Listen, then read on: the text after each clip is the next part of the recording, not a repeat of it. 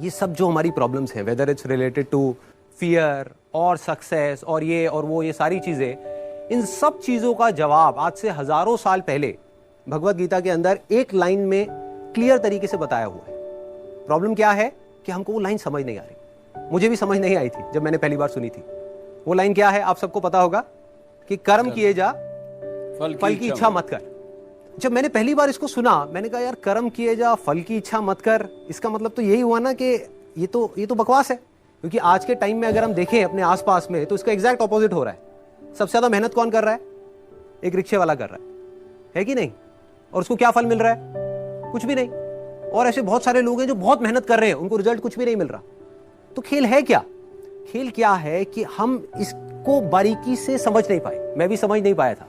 फिर जब इसके ऊपर एक एक वर्ड को इसको पकड़ने की कोशिश करी और समझ आया, तब क्लियर होता चला गया कि एग्जैक्टली कर्म करना कैसे है। देखो, कर्म भी सही डायरेक्शन में करना है, तभी रिजल्ट आएगा ना।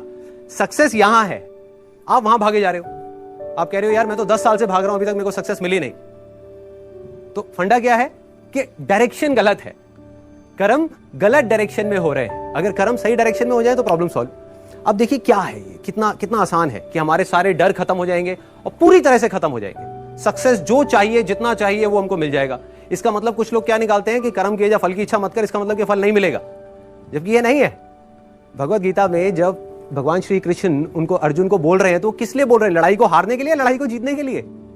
लड़ाई को जीतने के लिए। वो भी एक इतना बड़ा युद्ध, उसको जीतने के लिए बोला गया है, ना कि हारने के लिए। तो अब देखिए किस तरीके से काम करता है। सबसे पहले देखते हैं कर्म क्या है। कर्म 3 लेवल पे होते हैं। एक है जो हम अपनी बॉडी से करते हैं, जो हम समझते हैं कर्म का मतलब कि जिसको हम मेहनत बोलते हैं। वो कर्म इंपॉर्टेंट है ही नहीं, मैटर ही नहीं करता।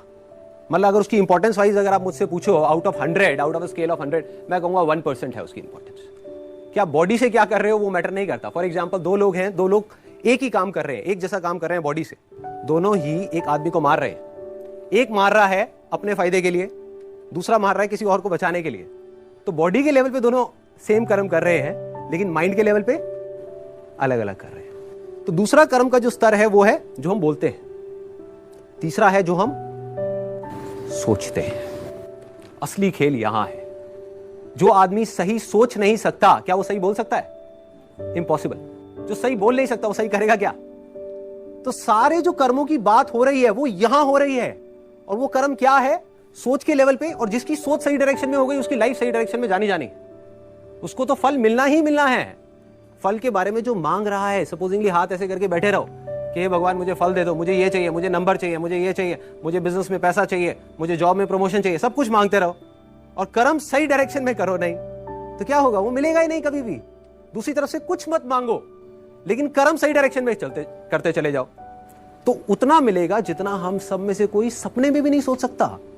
देखो, लाइफ का फंडा पता है क्या है? मेरी लाइफ का एक्सपीरियंस क्या कहता है कि जब तक जो चीज नहीं मिली होती, जब तक सक्सेस की खेल शुरू नहीं होता ना, तब तक तो हमको लग रहा होता है कि यार ये भी हो जाए तो बहुत है, ये भी हो जाए तो बहुत है। एक बार वो खेल शुरू होता है, जब उसका खेल शुरू होता है ना, तो इतना आता है, इतना आता है, इतना आता है जितना हम सपने में भी नहीं सोच सकते। समझ ही नहीं आता कहां से कैसे कैसे आ रहा है।